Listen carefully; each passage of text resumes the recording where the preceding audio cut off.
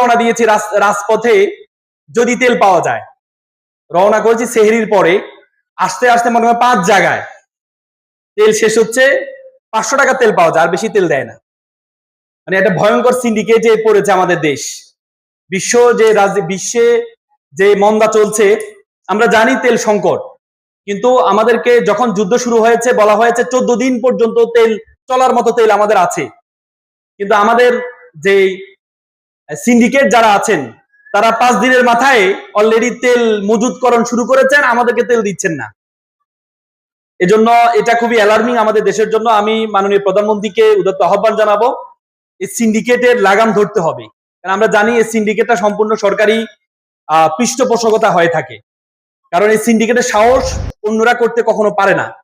আমরা ইতিপূর্বে দেখেছি সরকারি দলে যারা আছে তারা এই সিন্ডিকেট গুলো সবচেয়ে বেশি মানে তাদের নিয়ন্ত্রণে থাকে। এজন্য আমি আহ্বান জানাবো সরকারকে এটা লাগাম ধরতে হবে। শুধুমাত্র আমরা মাননীয় প্রধানমন্ত্রী অনেকগুলো কার্যক্রমে আমরা ওনাকে কংগ্রেচুলেট জানিয়েছি, উনি ওনার গাড়ির বহর কমিয়েছেন, অনেকগুলো ভালো ভালো কাজ করেছেন, কিন্তু এই সিন্ডিকেটকে যদি না থামানো যায় তাহলে আমাদের বাংলাদেশকে টিকানো খুবই মুশকিল হয়ে যাবে। এজন্য এই সিন্ডিকেটটাকে কন্ট্রোল করার জন্য আহ্বান জানাচ্ছি।